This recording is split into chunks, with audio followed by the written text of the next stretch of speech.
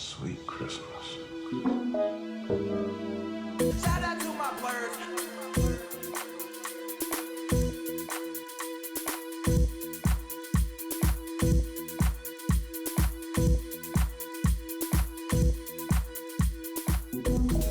Hello, hello, hello. This is Che. This is Corey. And this is the Next Time On podcast, a podcast where two lifelong friends discuss all things amazing and all things fitted in popular culture.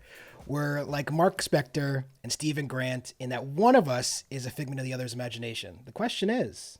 It's me. I'm the figment. Who is who? Like, let's be honest. Between the two of us, who is the more insane one? It's definitely me. So I'm not actually sure that's true, but it's I'll like take it. It's like Garfield without Garfield. This podcast where Che's just talking to something, and when he edits it, he thinks there is another voice there. So no, and everyone's been too polite to tell him otherwise. So wouldn't that make me definitely the more insane out of the two of us then? I think I might be. Today we're going to be talking about the Jeff Lemire run of Moon Knight in celebration or whatever you want to call it, because the show's out now. We're doing it because we want the views. Although, to be honest, despite the fact that both these books are about the same character, or sorry, both these things are about the same character, they really couldn't be much different. Yeah, I will say yes. Yes, at the time of this recording, I believe we're on episode 4 had just come out. Mm-hmm. Yeah, I think ooh, this is difficult. I think they're kind of starting to lean on a bit of more of these books. It seems like that's the direction they're going to end up with, I think. After establishing the stage. There are definitely elements of... Yeah, there's definitely elements. But, I mean, even the fact that Stephen Grant is the main character in a lot of ways in the show versus in the book Mark Spector, now obviously same person, but... We know what we're talking right, about. I think we all know what you're getting at, Chad. There was a lot of people who probably read, especially like this run or just a lot of the more recent Moon Knight runs in preparation for the show, and then turned on the first episode and they were like, why is this guy speaking in a British accent and working in London in a museum? No, I think that's like actually every run from the Moon Knight comics. I mean, at least I've read them, like probably the 4 or 5 most recent ones, and none of that's really what was expected. I mean, like the books itself too would like very like, there is a supernatural aspect to it, but it's definitely not as much as like, or in your face, I guess, as the Moon Knight TV show. I'm not saying that. I mean, I really have enjoyed the Moon Knight TV show so far. I think it's been a really, really fun ride for Marvel. Yeah. But this is a bit more, I guess, different, I suppose, in a way that like the storytelling is relying upon itself. And we've had this conversation before. I don't mind when things are different, especially if they're both equally good. Because you still have the book. If you want to go back and read the book is still good. And I also think a lot of the stuff I really like about this book, which we will get into, I don't think it would have translated well onto screen. On rereadings, I hadn't reread this since, I guess this ended in 2016 or maybe early 2017. Yeah, I think it was like 2016 to before 2020. I don't exactly remember well. It's been a few years. I hadn't reread it, and on rereading it for this episode, I was reminded of like, yeah, actually the things I really liked about this, it could have been a TV show, but it would have been a TV show on like FX. This is not a thing. Well, you mean Legion? Oh God, poor Legion. It was so good. But I'm saying I think Legion is a perfect example. The first season of it does like I got very like similar vibes from. Yes. Though Mark is a much more likable main character than but first season Legion is a likable character. The show, the decline of Legion, I think, is directly in contrast with like their decision to make him like a bad guy, for no reason really. Yeah, like the most evil person in the Marvel universe. Just very weird. It's fucking bizarre. It was such a, I don't know what was going. I didn't know what happened with that show towards the end, but let's not focus on that. Just so we are going to be talking about the Jeff Lemire run. Before we get into all that, of course, though. If you're watching the YouTube video right now, don't forget to like and subscribe. Really helps us out. If you're not watching the YouTube video, scroll down and check out the link in the description. Go drop us a subscribe. It'll be really helpful. And if you are listening to us on the podcast, don't forget to rate us 5 stars. And you can find us everywhere. We're Apple Podcast, Google Podcasts. Everywhere podcasts are sold. Everywhere podcasts are available. We're even on Spotify, which I always forget has podcasts because I don't does, use yes. Spotify. Well, I mean, there's only Spotify. It's just Joe Rogan and us. That's the only Spotify podcast, apparently. Well, listen, then you're definitely better served spending your time listening to us than Joe Rogan for a lot of reasons. Yes, many, many reasons. And last but not least, go to and check out nexttimeon.net. That's where all of our archive writing and all of our podcasts are, past and future, all that good stuff. Coming soon. Corey keeps trying to fucking duck it, but it is happening. True. We will be doing the Curse of the Rewatch probably in the next couple of weeks. Paul Hunter and Sean William Scott, Chow Yun-Fat, and Jamie King in Bulletproof Monk, the 2003 classic. It's not I'm trying to duck it, Jay. I'm just deliberately deleting it from my memory as every week. And listen, you get to pick the next one, so you just get this out of the way and then torture me and make me watch like Fast 9 or whatever the fuck movie you want me to watch next. That's not even the same. They went to space, Corey. They went to space. At least it was enjoyable, though. I still can't believe you didn't like Moonfall. No.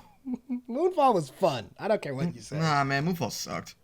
I thought about Moonfall a lot more than it was necessary, but I think that was your problem. Is you kept thinking about. I didn't Moonfall. think I just want. I'm still fucking chasing the dragon. There's Independence Day from him, but he doesn't Oh, seem to fucking want to follow it up. It's never I just want to just.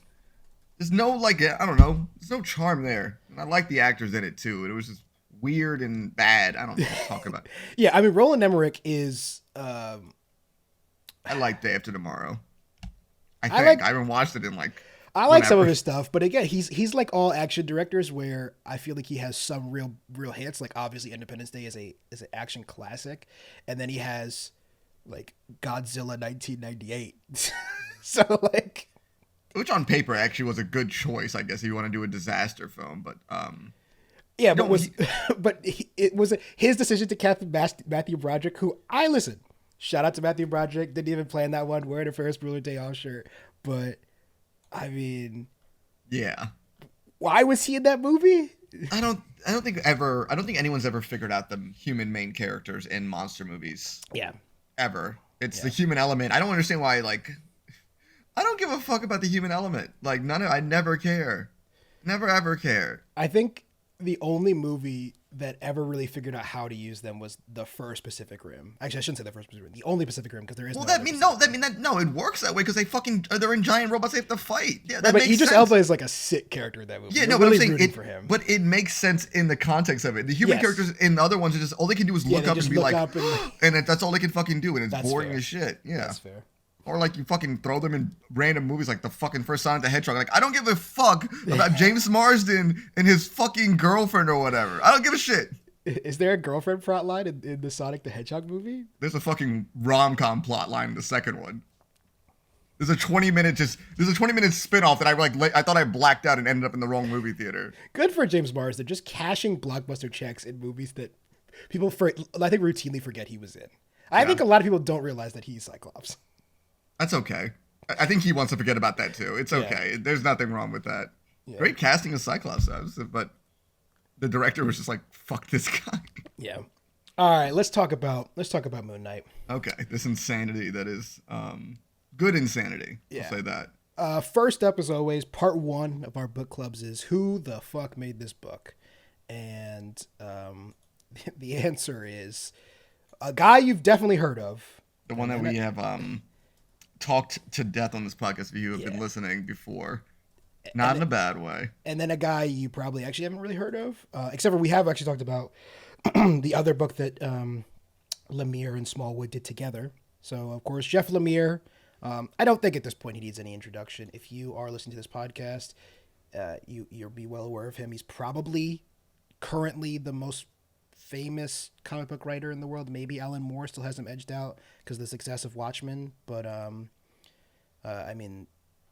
You got Descender, the Essex County, Gideon Black Falls, Hammer, obviously Black Hammer, Old Man Logan, Sweet Tooth, Netflix hit show. He's done a lot of really good shit. He continues to do a lot of really good shit at a great pace. And it's like funny reading this Moon Knight run where it's just like, oh, he fits perfectly for this. Like it's just like, and it's such a Lemire story that like, it's a superhero book, but he makes it not about being a superhero, really. He also there's a lot of elements of this in his other work. Like this feels a lot like Black Hammer to me, where a lot of what the conflict of Black Hammer, at least especially early on in that book, is about like these heroes and their mental health as they've been stranded away from their world and like they're struggling with depression. And there's quite literally like an alcoholic child walking around, and it also is like in a lot of like Jeff Lemire work, it's completely different from anything else he's ever done. I think we say this all the time. There's not really anybody who feels like they could release any kind of book at any moment quite like Jeff Lemire can. And they're all usually pretty good. We've had some duds recently. I can't remember what it was called. That dog space book. Was it Primordial? Primordial, yeah. Which was but even that one was like, it wasn't great, but it wasn't bad. It was just not good. Yeah. But I think that, like you said, there's not many people that I would have liked to have written this particular run, or really anybody that would have been capable of writing this particular run. Yeah. Like quite like Lemire is. That was just before this started. There's a run that came out by Warren Ellis. I want to say it came out in like 2016, or like it was a run right before this one. It was like a pretty solid like 3-volume, but it was much more focused on like him solving crimes and like kind of. It's a bit of a mix more about like him dealing with his mental health and like the supernatural stuff, but it's not this introspective journey that this is. Like I would recommend this book even if you weren't familiar with the TV show.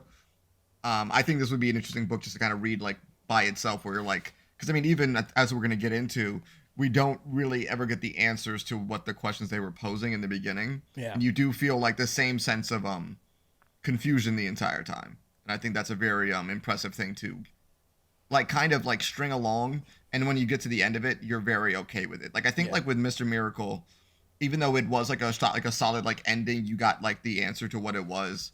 I love the idea of just being like a sense of like confusion, like something clearly wrong, and that kind of like underlying feeling of dread, where I think this is a bit more of like a happy ending in the end of it, but like but yeah. I think the ending is actually really similar in its ambiguity to like Gideon Falls, right? Which Gideon Falls ends and you're like, what?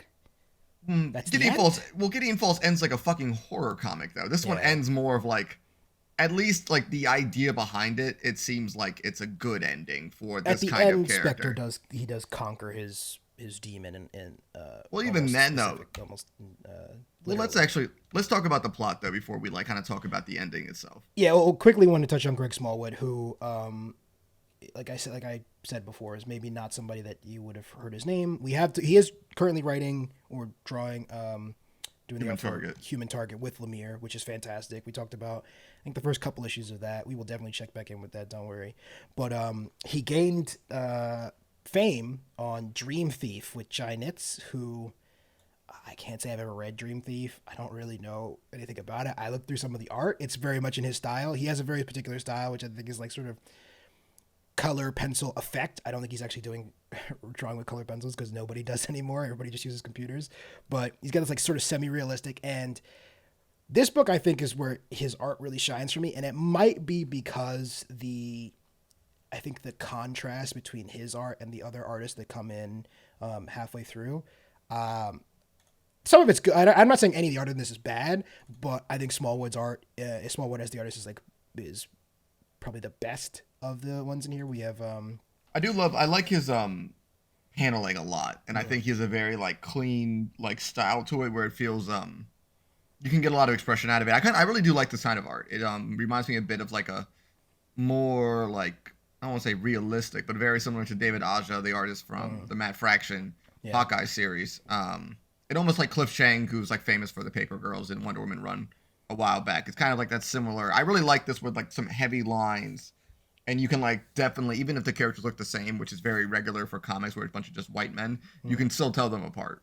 Yeah, I'm glad you pointed out the paneling, because I love when comic book artists are not afraid to use the white space or the black space, whatever they end up with, on a page. I think it can be very effective to capturing a like pacing in a story, or tension in a story if you lean into the fact that like you can really draw the reader's eyes into a very specific panel. And I think it's also very helpful too where you have a character who dresses mostly in white all the time. So I think that's also a very I think it's a really good use of that as well.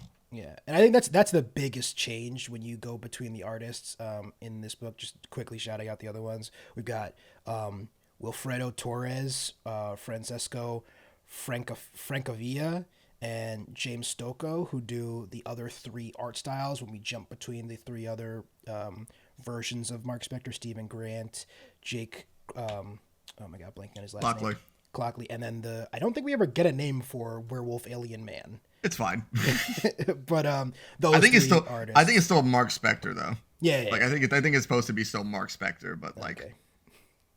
We will definitely touch on Werewolf Planet Moon fighting guy in a minute. Don't worry. But yeah, let's talk about what is this book. We'll start with the why did we choose this book? I mean that one's pretty easy. As we mentioned earlier, content. But also like the algorithm. I'm kidding. I guess a more complete answer would be like why this Moon Knight versus like you said, we have the Mark Waid one. There is also the current run by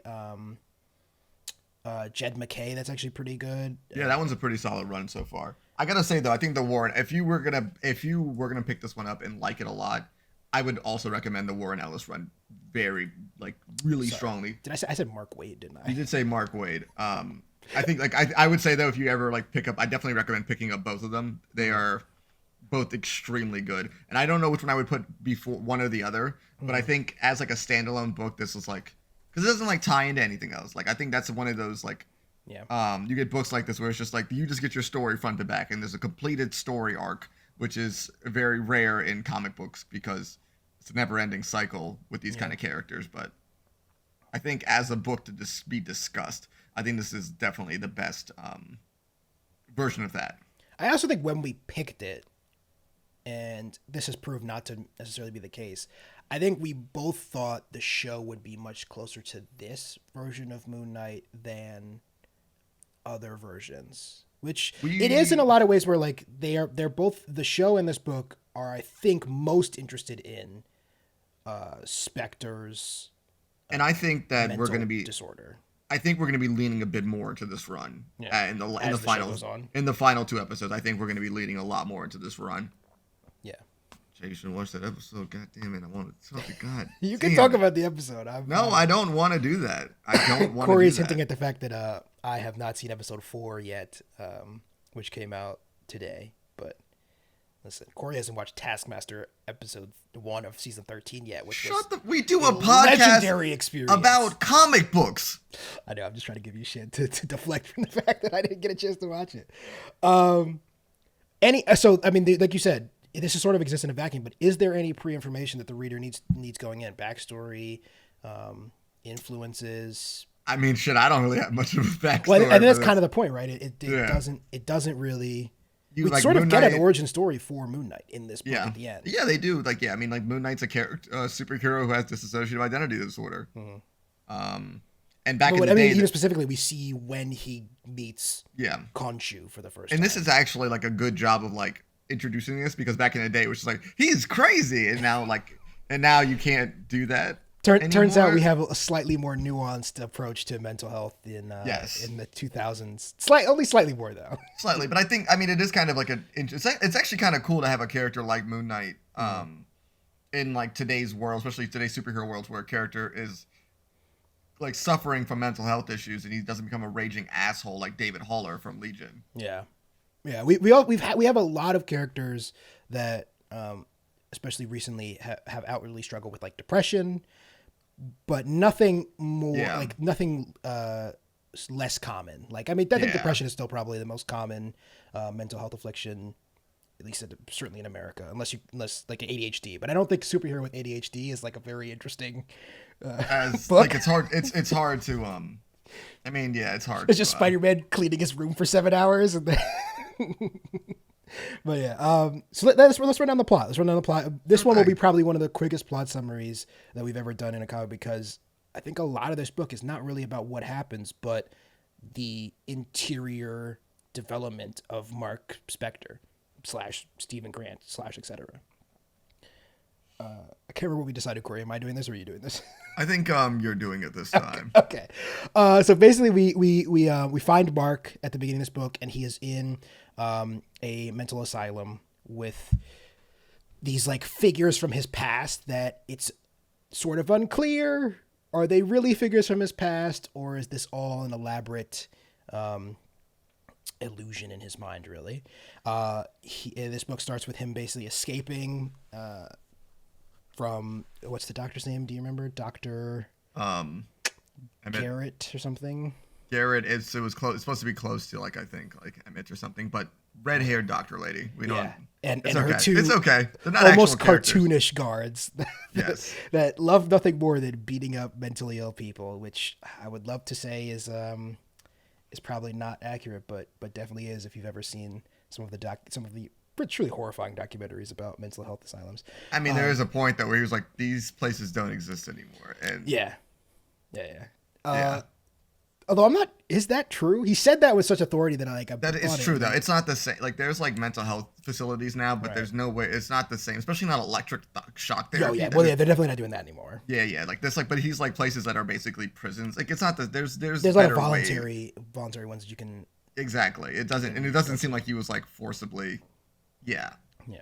The way that his character was introduced, it didn't seem like he should be forcibly put here alongside a bunch of people who seem like they're basically just drugged out of their mind. So it's right. So like we said, so Mark spends the first I think 2 or 3 books escaping the mental asylum, and then he goes on this journey through New York, but also probably not exactly New York. His like some kind of weird Egyptian underworld, outer world with his own fucked up imagination, but also is it his imagination because other people are also right.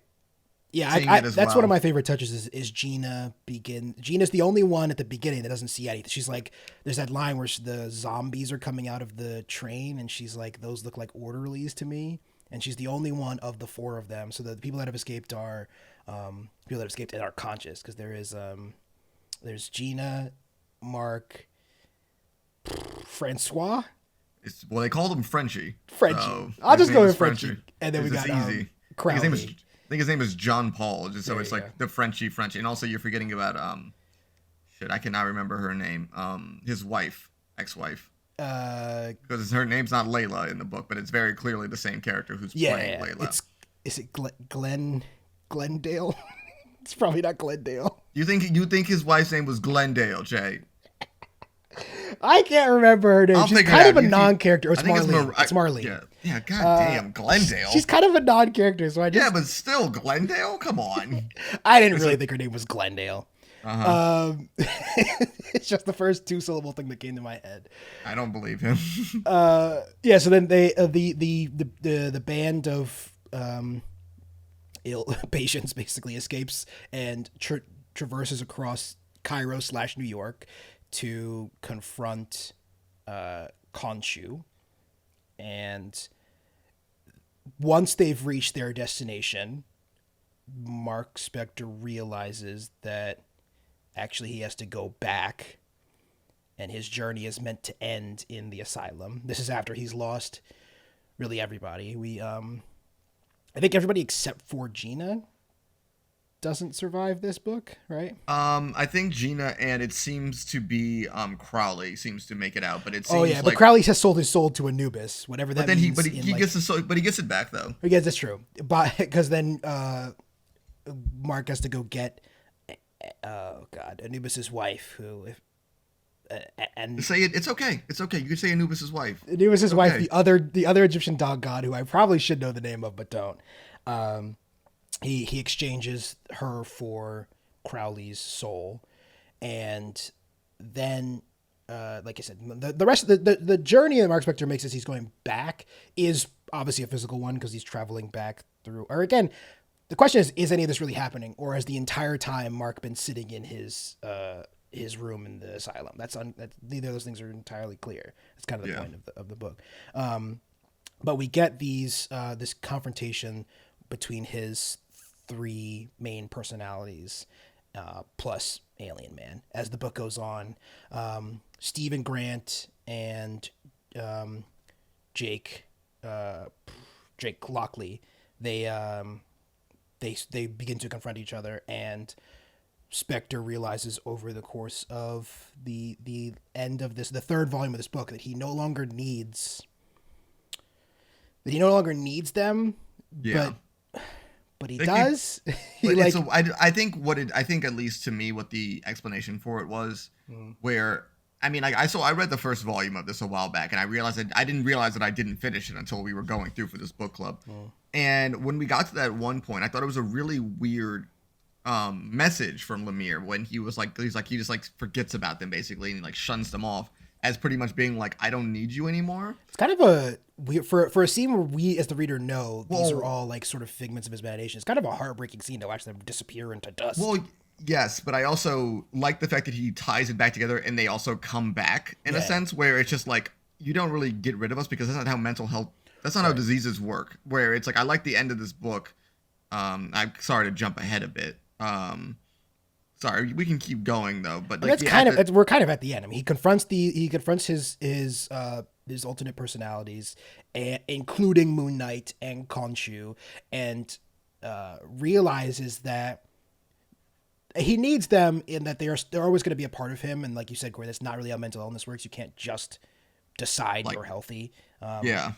But he doesn't let them run his life anymore. I think is how I read the end of this book, is that he's saying, especially to Khonshu at the end, who's the only one he has like a real confrontation with to close out this book, is like, I understand that I will struggle with this for the rest of my life, and what I have to do to come to terms with that is like accept that fact and realize that this will always be a part of me, and it doesn't have to take over my life, which I think is a lot of what the show is getting into, which I think is really interesting. Is like Stephen Grant and Mark Spector, so far the only two versions of this character we've seen in the show. There is definitely a third though, right, that but we haven't touched on that yet in the show so far. But they've realized that it's, for them, it's best to work together, or not even best, but it is like necessary for them to work together, for them to really coexist in this single body as like an entity that's functional. Yeah. I think the ending is actually really fantastic. And I know, I love the ending. Yeah, because I was like, I mean, that's what I'm saying. I like the ending a lot, but I was just kind of like more put off. Then I'm like, you can't just wake up and decide, be like, you know what? I'm good. I'm not schizophrenic anymore. Like, I'm good. I'm not depressed anymore. Because like everyone, you can have an epiphany, which is why I really like the end, where it's just like, I am all of these things. That doesn't make me healthy. I still need help. And I really do like how the book ended like that, where it's just like, he goes back, like, I mean, like, at least it's, to me, it's like him accepting this, and I guess we get that final page where he's all three of them confront Khonshu together. I guess four if you're including Moon Knight, where we get the line like, I am Mark Spector, I am Stephen Grant, I am Jake Lockley, and we are going to be okay. We are going to live with who we are. We are Moon Knight, and we never needed you, to Khonshu. Yeah. I think the other thing that's really great about the ending of this, and it's a really smart decision by Lemire, is it's not like a fist fight. Like, he doesn't fight. I think other comic book artists or authors would have fallen into the trap of making Mark Spector like punch Khonshu into submission. And that scene is not that. It's Spector and Grant and Lockley realizing that. Yeah, it's also like kind of cool to see too that like it's clearly Khonshu trying to break him mentally, but it's, if anything, it kind of fucking teaches him a lesson and kind of like helps him come to terms with his mental health. Which also I do like the fact that I don't know if this is the first book that ever touches on it, but where like it's like the superpower aspect of it didn't make him like this, and it's just kind of it's just like how he unfortunately had to live his life. But yeah, we don't even really. It's not even really clear if this version of Moon Knight has superpowers. I don't think in most of them it doesn't seem like he really does have superpowers. If anything, I think a lot of the runs play with the idea that Khonshu might not even be real. Right. Well, I think that's the big question of this book at the end is like, I guess I'll ask you, do you believe that at the end of this, that Khonshu was real, or like really that any of this. It's hard, man, because I've read so many Moon Knight runs where they were like, it's like we'll acknowledge the fact that Khonshu is a real entity and has had like impacts on the real world, but I think it is real in the sense it's like there's a difference between like being confused with your identities and clearly whatever the fuck was happening to him, like being bounced around to these different like worlds or whatever in his own subconscious. I do think there was some supernatural fuckery going on. Yeah. I guess the part of me wants to have an answer to that question because I'm sort of a completionist in that I think there should be at least, I don't think every piece of art needs to have an answer, but there should be a touching off point for like a interesting discussion.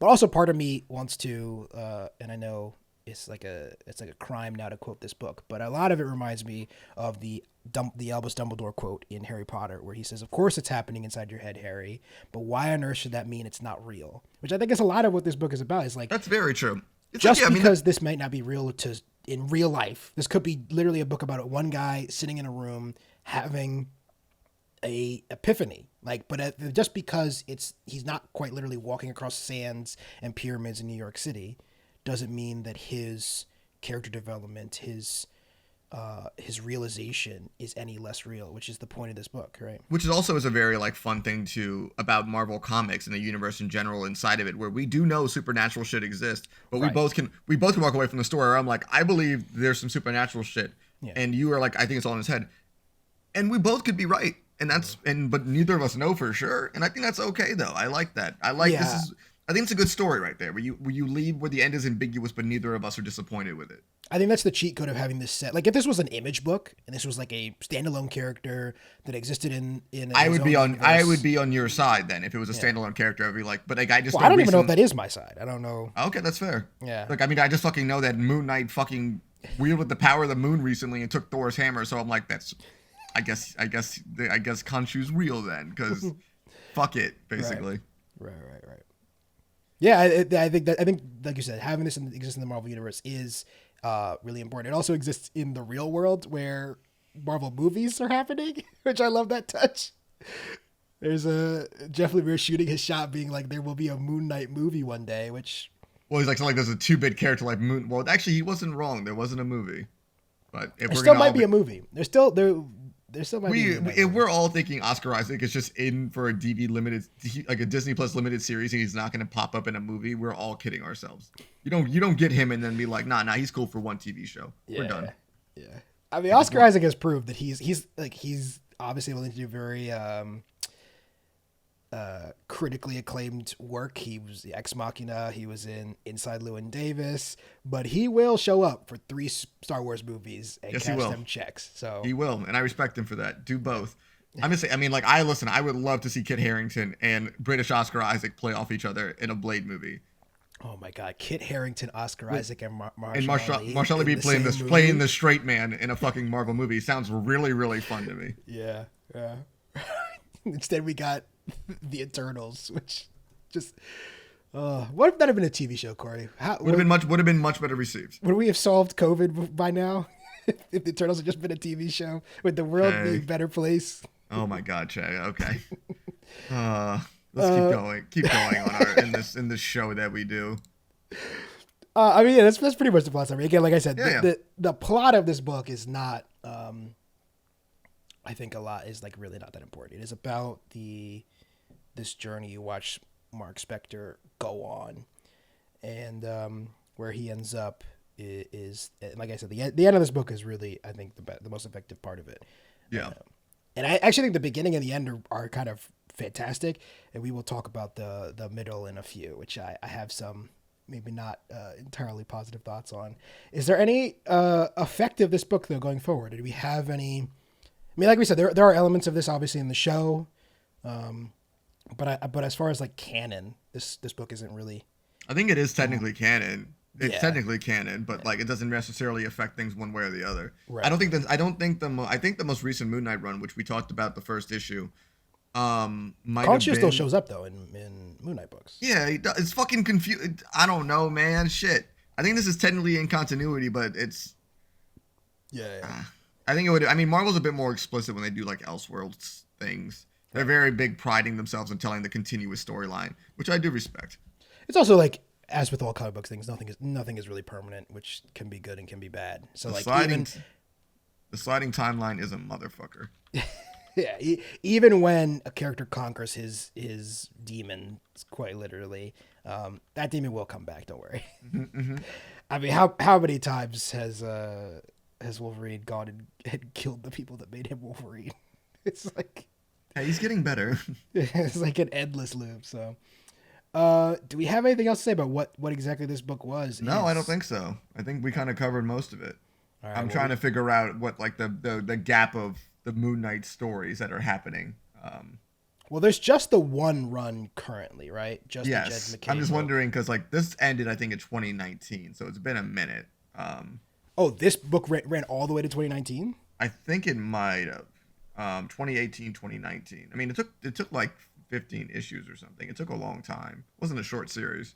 No, Definitely looks like it took a while art-wise. It's like 3 or 4 different artists that are used in this series continuously. Although you would think that would speed up the process. It's also kind of hard to like everyone's. It's like doing a podcast, Jay, with many people. It's just kind of hard to keep everyone in their own track, like own scheduling. I wouldn't know anything about that because the one guest we've ever asked to come on here ghosted us. That's fair. It's very, very fair. Shout out to the homie Tyler Boss, I guess. Well, let's take a quick break and we're going to come back and talk about what we love and we don't love so much about this book. Sounds good to me.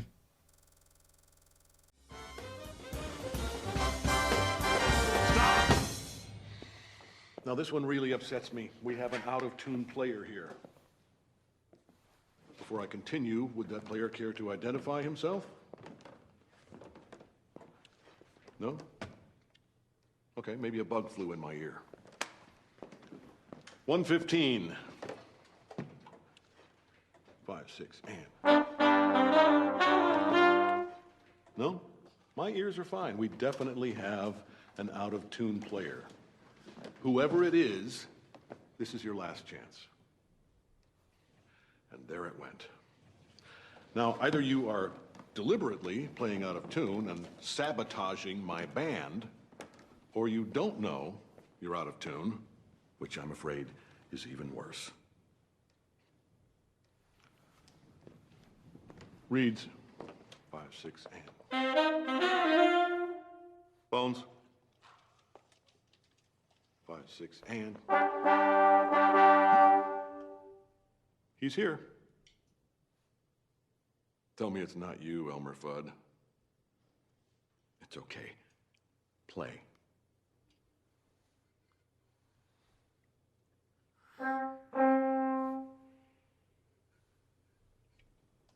Do you think you're out of tune? What are you... There's no fucking Mars bar down there. What are you looking at? Look up here. Look at me. Do you think you're out of tune? Yes. Then why the fuck didn't you say so? I've carried your fat ass for too long, Mets. I'm not gonna have you cost us a competition because your mind's on a fucking Happy Meal instead of on pitch. Jackson, congratulations, you're 4th chair. Mets, why are you still sitting there? Get the fuck out!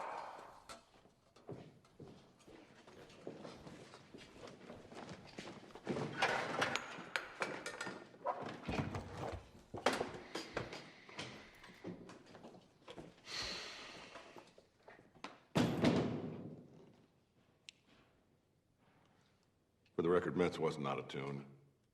You were, Erickson. But he didn't know. And that's bad enough. And we're back. Hi. All right.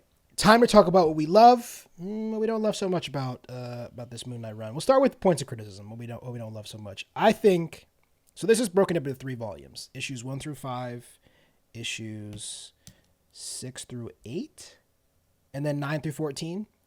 I would say 6 through 8 are pretty weak. Are you on that one, Corey? I think it is a bit of filler, and I was like genuinely, like I mean, like I definitely think the intention of this book to leave you confused, but there's a certain point where I'm like, please get back to the plot you were telling. Yeah, there's a part where it's issue 6 where there isn't even any Greg Smallwood art. He's not even credited as an artist because it's just the Moon. I don't even know. Moon werewolf storyline and the Jake Lockley as the cab driver takes up the entire book. And I think the art for the moon stuff is sick. I'm not sure what it's doing in this book. And that character is like a non-entity. He doesn't even show up at the end where we get that beautiful page where the three Mark Spencers, Stephen Grants, the three Spectres plus Moon Knight confront, because he's so unimportant. So I don't really know why it's here. I'm trying to figure out what, like, okay, so I remember this correctly. Yeah. He did, I think one of the first one of the first things that Moon Knight was in, he was hunting werewolves. Sure, I know. I think it's all this issue in particular. So I think that's like all referential stuff. I think that's very referential stuff. So I was just kind of curious about that though, just because Jake Lockley is the first Moon Knight, right? I don't think so. I think it was always Mark Spector. Because, okay. Come on, look, this fucking name is Mark Spector. That's the most superhero secret identity I can think of. That's fair. That's fair. Jake Lockley does sound like a New York cab driver, though. It does. Not anymore. Not anymore. He sounds like not anymore. Back when the fictional Marvel universe that existed in these people's minds, that is what. Yes. Because who the fuck calls cab? Who the fuck is a cab anymore? Don't they still have cabs in New York? They still have cabs. I've only waved down 3 cabs, and I've been living here for 6 years at this point. 7 years. God damn. Fair. Sorry. So Jake Stokoe is the one who does the werewolf storyline art, and I mean he's another one who I've seen his art all over the place. I've never read any of his stuff except for not great book Orphan and the Five Beasts that we touched on a little bit. He also he wrote that too, so he did the art and the writing for that. But I think his art style is really sick. Like he does this really sort of busy. Reminds me a lot of Jordowski. That's who it is. Don't worry, guys. I'm not comparing him to Jordowski, but I think he pulls a lot of influence from that. It's very Saturday morning cartoon vibes, like hyper violent Saturday morning cartoon vibes. Yeah, heavy metal. I think there is some benefit to having a fourth character in here. I just think this storyline is too out of the it's too far removed from reality to make much sense in the context of this. I think that was kind of the point in a sense. So you wanted something that's just so batshit out there that it makes him just seem like he's losing. It's hard for him to kind of keep track of what's But then doesn't it suggest that either Mark Spector is completely devoid from reality, which I think we're not supposed to believe that Mark Spector is lost to time with this disease, or it's real. Those are the only two options if you I don't think this is if I'm gonna go through the theory that Khonshu's real. So in my mind, this is Khonshu just trying to fuck up his this is Khonshu fighting back, basically throwing around basically realities. It's impossible for him to kind of keep track of what's happening. I mean, he's involved in murders, and then he's a movie producer again, and then on the moon, and then it's just so much back and forth. Even the reader is what the fuck is happening? Is this real? Yeah. Issue 6 through 8 are basically this constant streak of characters opening a door and then becoming a new person, which I think is actually really cool. There are parts of this that I think are really fun to read. The part where Stephen Grant leaves the room, walks through a door, thinks he's leaving his studio where he's shooting the Moon Knight movie, and then is on the moon as Mark Spector again, is a really cool idea. I'm just not sure. Especially in the themes and the tone of this book, I'm not sure it works. Yeah, but I do I did like the end of that issue where we lead into 9, where all 3 of them step through the door at the same time, and it's just okay. Well, that's when we're getting back to the volume. Yeah, the plot. That's the beginning of volume 3, basically. I think I just kind of think volume 2 is I think it's one of those things. I think it's really well written, and it does a really cool job with the comic book medium. So from that aspect, I'm I fucking love that kind of shit. But in the story that was being told, especially reading this in one go, I did, I was just no, I want to go. Take me back. I get this, but take me back. We could have done this in one issue. We could have been, and it would have been fine. But the multiple issues where I'm just it's one of the things everything's wrong. So it's. I think this can be really, we see this a lot in comic books where authors want to take this sort of detour that this gives you the backstory or gives you more context for what I think it often doesn't work. The other time I can think of this recently that I actually did really enjoy is in the Department of Truth. At the ending of every volume, you get these sort of like Elseworld Department of Truth stories that exist in the same sort of universe where, for those of you who haven't heard us talk about Department of Truth, basically the concept is, in a world where enough people believe something, it just becomes true. So like, you also got to check out our book club episode on the Department of Truth if you're interested in that. Yeah. That's how you fucking tie shit in. There you go. That's why they pay you the big bucks. Thank you. I think it can work, and I get the big swing here. I just think spending more time with Mark Spector as he like battles his struggle with Khonshu is a more interesting story, as evidenced by the fact that it like is what takes up the vast majority of the book. I think even Jeff Lemire is more interested in that than necessarily the character arcs of the other three versions of him. But I think the other thing is it basically, I think the other thing is why I'm not as hot on it is it basically leads into, I think, the best part of the book. I think issues 9 and 10 are the two best issues in the entire run, especially 10, where we get this look back briefly on Spector's life, where we see the first time he meets Stephen Grant, for lack of a better word. And then we see him go to therapy for the first time, and then he gets confronted by Khonshu. It's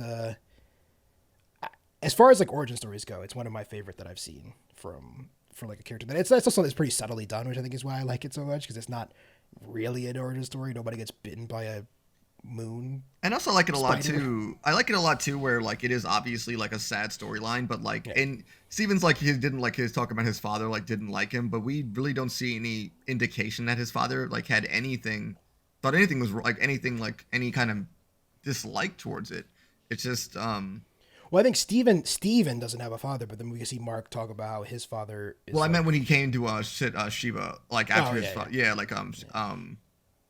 like, and he was just like, Dad didn't want me to be here. And his mom's like, that's not true. But also the whole, like, don't do this right now is such a very, like, knowing people who have mental health struggles, like, just don't do this right now, like, a way just to turn it off is also just a difficult words to hear. But it's like, I think, like, all about this, the whole mental health aspect of it just felt so organic. And then, obviously, just the military part, and I don't really know how he would pass a mental. I really never understood how he would have passed a mental like a background check really, but I think the I don't serve. It's the suggestion is that like they didn't really look into his background, and maybe there was like a point in the he was just naked. We were just like trying to grab people as much as we could. I don't really know, but as soon as they do look into it, they pretty quickly. Although dishonorably discharged is interesting. Wouldn't he have been honorably discharged? Not if he lied about it. Oh, I guess that's true. Yeah, that's a good point. And then you just find him like naked in a field, which is, I mean, listen, we've all been there, but you know. Yeah, I was there last night. There he goes. But unfortunately, no Egyptian god gave me the power to. I don't really know what power Khonshu gives him. The power, man. The power of friendship. To have three friends at any time you want. And I guess like I think like the whole thing with like Moon, I think the whole thing is just like he has the power to keep coming back to life. I guess that's kind of his entire bag. Yeah. I think he's definitely died or should be dead many times in these books. Right. As he's going through in the show, it seems like there's a suggestion that he has some sort of superhuman. He seems much like strength or speed or something. And I think like Layla has also seen him like put on the suit, and he does like change into different costumes very quickly. So I think there is an insinuation that he actually has like superpowers to it. Yeah. That's the thing we didn't really talk about. In this book, the suit is quite literally just like a suit. Like he seems to just have the mask in a bag that he puts on, and then I guess changes into a white suit. I was just so surprised when I saw that they did the whole supernatural aspect in the show. I'm like, oh, we're just going in a very different direction. Not that I'm complaining, because I like that they kept the whole core superhero part about it. And I guess it's hard. It's kind of hard to have so many just regular people who are going to be a part of like the larger scheme of things, because everyone's just like at this point super strong or has their own like in a power scaling thing for the universe, I suppose. Right. Like who's the only person anymore? Fucking Hawkeye and Captain America. That's it. Captain America's not really even a person though, is he? He's a Birdman. Everyone's got their own thing now. I guess the only genuinely only like person who doesn't have is like, Hawkeye, but is Hawkeye. But even then, he's bullshit. Well, but Kate Bishop is like just a girl. Yes, but even then, she's still bullshit. So it's like, yeah, it's true. It's true. It's all nonsense. Everyone's bullshit. Yeah, I'm becoming more worried about the like this is not an important topic for today, but just like the Marvel superhero power curve. I don't really want it to become like DC. I think DC has its own thing. They sort of know, not necessarily in the movies, but they know how to handle like gods walking among us. That's DC's thing. Marvel's thing has always been people who have.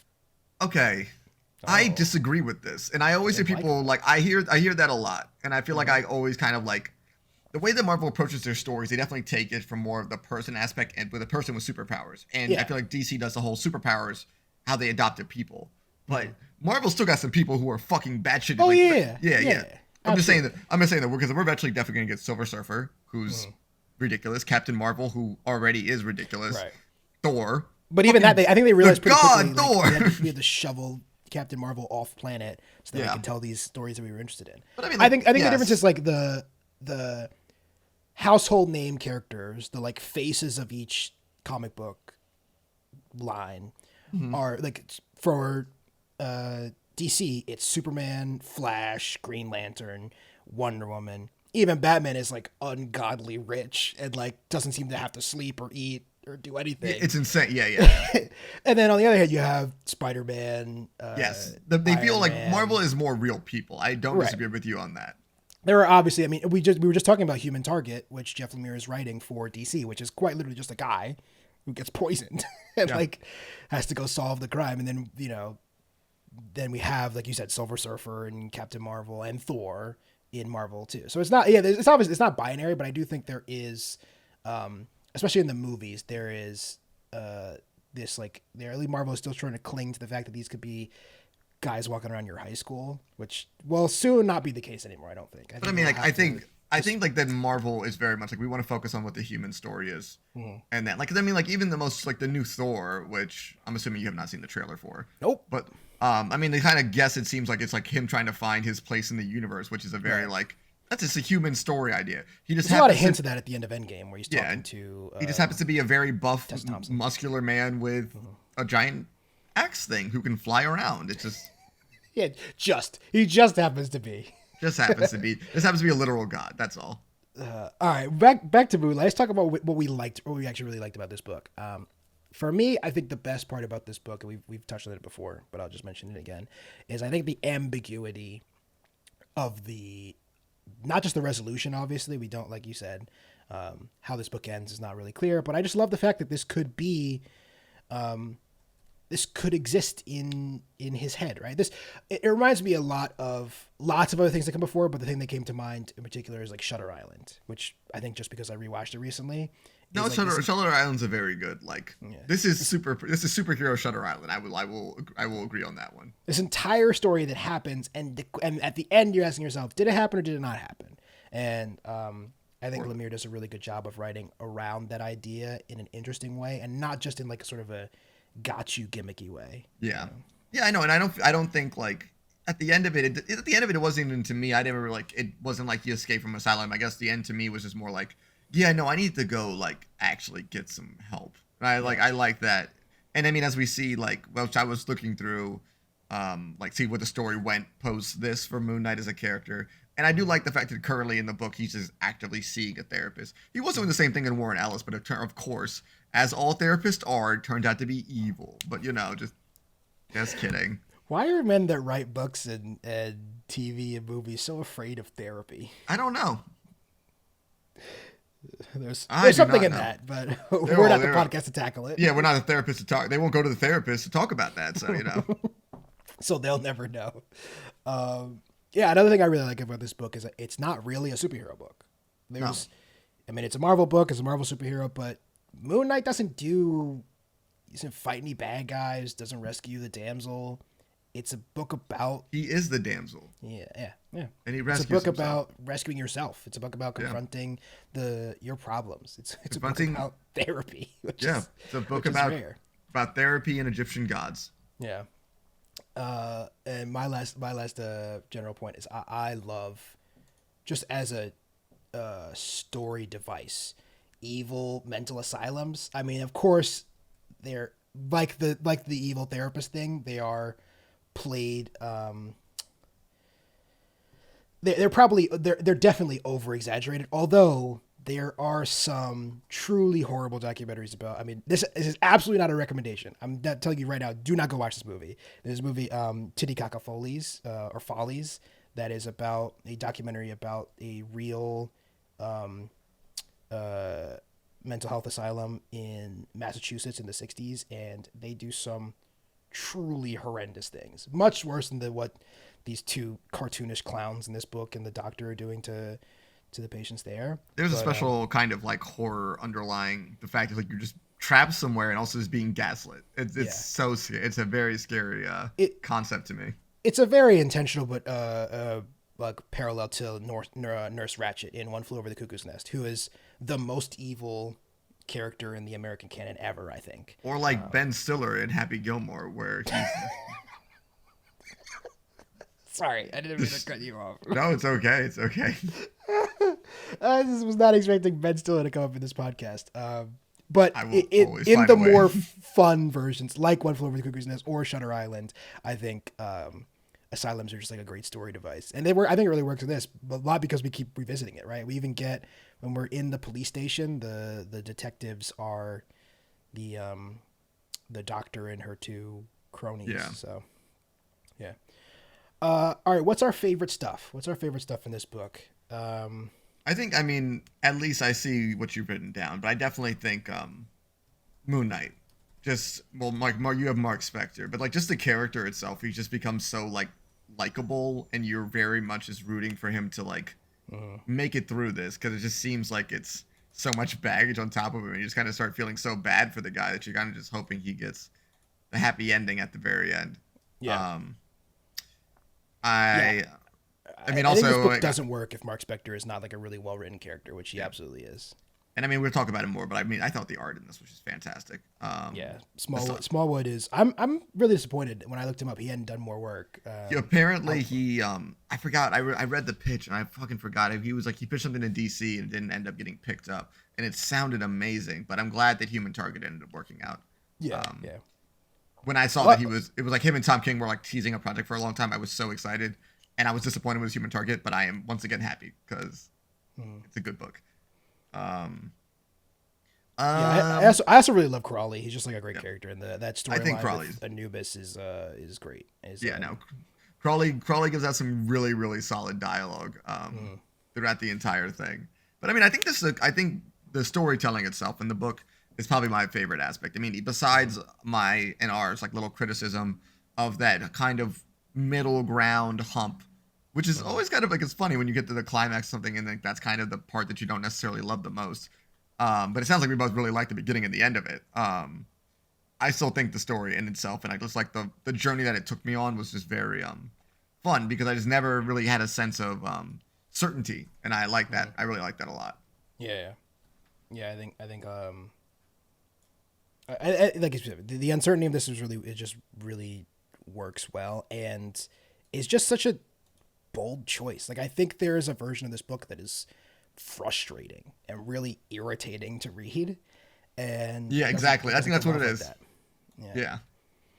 We'll quickly go over some great panels and moments, and we'll close this out. I have a few down here. First up, I got the book 1, page 30. This is our first view of New York as like possessed or enveloped by Cairo. New York, like awash with sand, and we see the Great Pyramid in the background. Just a really great shot. I think it's the first full page that we get to in the book, which is I think so too. It's just like, and especially with like the paneling and everything felt very like either crowded or hollow, and then we kind of just get the which should be very much the Shawshank, like wake up in the field, like come out of the shit, like and just in the rain kind of situation. Right. And this is just, oh no, New York's a hellscape. It's also like it's the moment for the reader, and I think for Spectre where you really have to contend with the fact, like, could this possibly be real? And But the thing is, at one point, New York was literally turned into hell. yes, yeah. Actually, I think this happened twice so far in the Marvel Universe. And I only know that for sure because of the X-Men. So I'm sure someone else probably turned fucking New York into hell. So at this point, who fucking knows? That's a good point. Who knows? We've also got, I've got book 9, page 11. This is when the beginning of, or this is during the deaths, for lack of a better word, of Spectre's alternate personalities that then, of course, like we said, come back, and he contends with that I think in a really smart way. But I just think this panel where we see Jake pass away, is really beautifully done. Especially also like building up the whole like they were like friends kind of situation. Yeah, Such a very it's just sad. I think that moment, that arc where we watch we watch all three of them pass into whatever it is temporarily, is like this moment in the book where you're like, oh, I didn't realize it was going this way, and of course it turns out it's not. But I just think, like we said, just a really smart move by Lemire to do that. Agreed. We've also got the return to Gina's diner in book 10. I have never wanted pancakes so badly. As I saw that scene, I wanted pancakes so fucking badly. Just like well done drawn food. It's just like, I'm like, give me that. I want that in my fucking face. The page I pulled is not exactly the pancakes. The pancakes do look good. I just love that shot where he's standing on the top of the dune, looking down into like this deep, dark crevice, really, and then at the bottom is the oasis that is Gina's diner with big pink neon letters. It's really great. And again, it's another example of Smallwood using the white of the page to his advantage. It's another page that doesn't take up all the space at all, which is really smartly done. Great. And last but not least is the beginning of like traveling through the void. This entire sequence is incredible, but I just pulled the first page, and this is when he's diving through space and he's diving through traveling through the overvoid. But like I said, this whole thing is really great. I just flipped through a lot of them. We get I love the scene 2 pages in. We get like the pink. He dives through like pink water in the sky and lands on, I guess, the moon. But there's people there. It's all sort of ambiguous. There are people on the moon, Shay. Yeah, this overvoid is well, also in humans, there are literally people on the moon, Shay. It doesn't. Yeah. It's Marvel. I mean, humans aren't people. They're true. Parasites. Yeah, exactly. Except for my boy Black Bolt. My boy Black Bolt's sick. He's the only one who matters. Everyone else can go die. Well, actually, Lockjaw, the big dog, can stay. Everyone else can go die in a fire. Yeah, I think those are my favorite. My favorite scenes that I pulled. Like we said before, Greg Smallwood's art is just next level shit. That's like going all out on this book. Yeah. It is sad that he's not on more things. So I'm like, I would love some more series like this.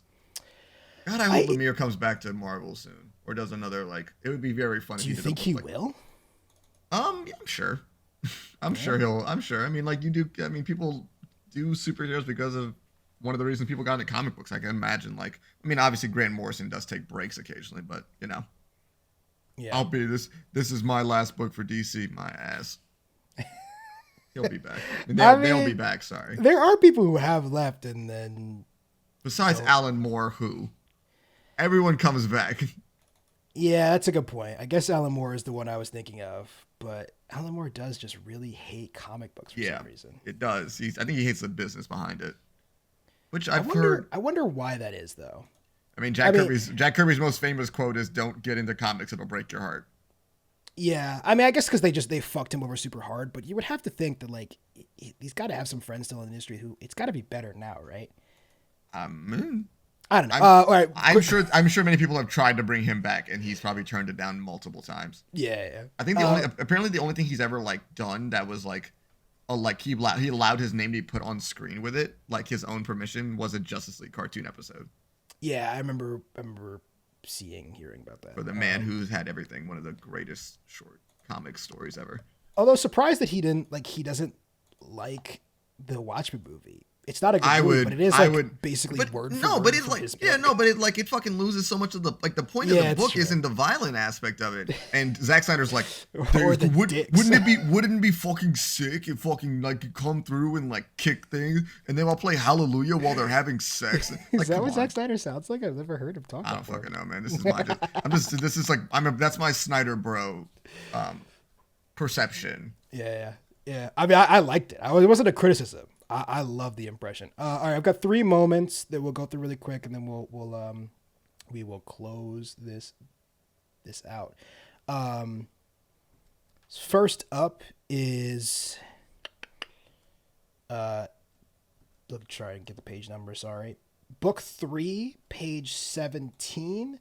This is Crowley, the homie, getting volunteering. So let's be clear, Mark doesn't do him dirty, but he does volunteer to stay with Anubis and sacrifice his soul. And it's just like it's a beautiful moment. This guy that we've only been with for 2.5 books at this point, we've grown really attached to.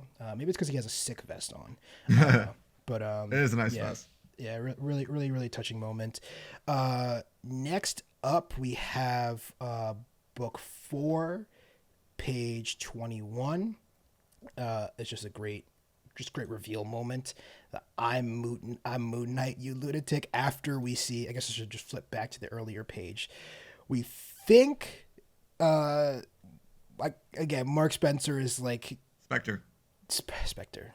Who's Mark Spencer? I have no idea who you're talking about. There's a guy named Mark Spencer who's okay. like, There might name be. is like bobbling around in my head. I don't know why. I'm sure there's somebody named Mark Spencer. Oh, is that the white supremacist guy who got punched in the face? Sorry, unrelated. Mark Spector is talking to. I fucked myself because now the only name I can think of is Glendale. What's her actual name? What do we land on? God, I don't stop. Marlene. There we go. Marlene. I got there in the end. Jesus Christ. You can't just keep saying random. I'm trying. Spectre's talking to Marlene, and then he gets hit by Moon Knight boomerang, and then we just get we turn to the page, the closing page of the issue. I'm Moon Knight, you lunatic, is I think just a great line, great moment. And last but not least, we got Mark Spector confronting Steven as like the.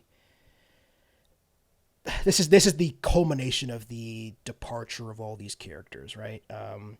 And Steven is the last one who's obviously the one who's been with Mark the longest.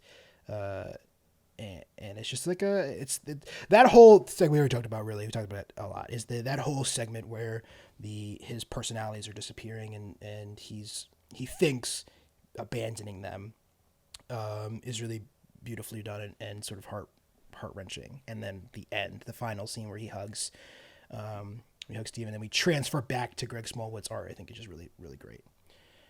Really well done. This book's fucking good, man. It's a really good book. I'm glad that you picked it out. I'm glad that we decided on this one. And I still gotta if get you're liking the show, definitely if you're liking the show and you made it this far in the podcast and haven't read the book, go check it out. I think this definitely ties in much more, as I think, like thematically to the TV show. But I mean, I think this one and the Warren Ellis and the current Moon Knight run that are happening right now, I think they're all really good reads. But if you were to pick one to start off with, I'd recommend this one. Yeah. Yeah. I agree. Well, Shay, I don't have. Do you have anything else to say about this book? No, I think that's about it. Like I said, we've got Bulletproof Monk coming up soon. We have our next episode's going to be a regular episode. We're going to be talking about. What did we decide we were talking about? Something big happened. What am I blanking on? Oh, I will have seen The Northman by the time we record our next episode. I don't know if Corey will, but if he has, we will be talking about The Northman. I genuinely hope so, but unfortunately, so much things have happened and coming up that I had to cancel all my movie tickets for this weekend, and I am genuinely so sad. Yeah. But don't worry, I will be talking about Sonic the Hedgehog 2 on the next episode. I know you guys have been waiting to hear my review. Secrets of Dumbledore this week. I haven't seen that. I think you might have a better time seeing Sonic the Hedgehog 2 than Secrets of Dumbledore, from what I've heard. Listen, I don't care what other people say. I'm gonna keep seeing Harry Potter movies until I die, even if they're all really bad. Which the second Fantastic Beasts movie fucking sucked. Yep. But that movie sucked so fucking much. Incredible. What is it? Incredible burden of Oh, I want to see that Talent so or whatever I comes out this weekend too. Cannot fucking wait to see that movie. What's it actually called? The Unbearable Weight of Massive Talent. There you go. Yeah. I think a lot of good stuff's coming out, including, and I will make sure Corey watches this because the first episode was a banger. Newest season of Taskmaster. So we got a lot of good stuff coming for you guys. Don't worry if you haven't already. What's the exasperation? I thought it was going to be something something big. The new Taskmaster episode. First of all, Taskmaster is like a massive. Oh my god, we have to end the podcast. it is end big. End the podcast. All right. If you haven't already, don't forget to like and subscribe if you're on the YouTube channel. If you haven't, check out the YouTube channel. Scroll down to the description, and you can find all the information there. Please go rate us 5 stars, all that good stuff. Don't forget to follow us at Next Time on Pod. All of it, because we're the best out there. We are. And we deserve it. Corey, anything else for the people? Nope. Thanks for listening. I've been Shay. I've been Corey. We'll see you guys next time. Bye.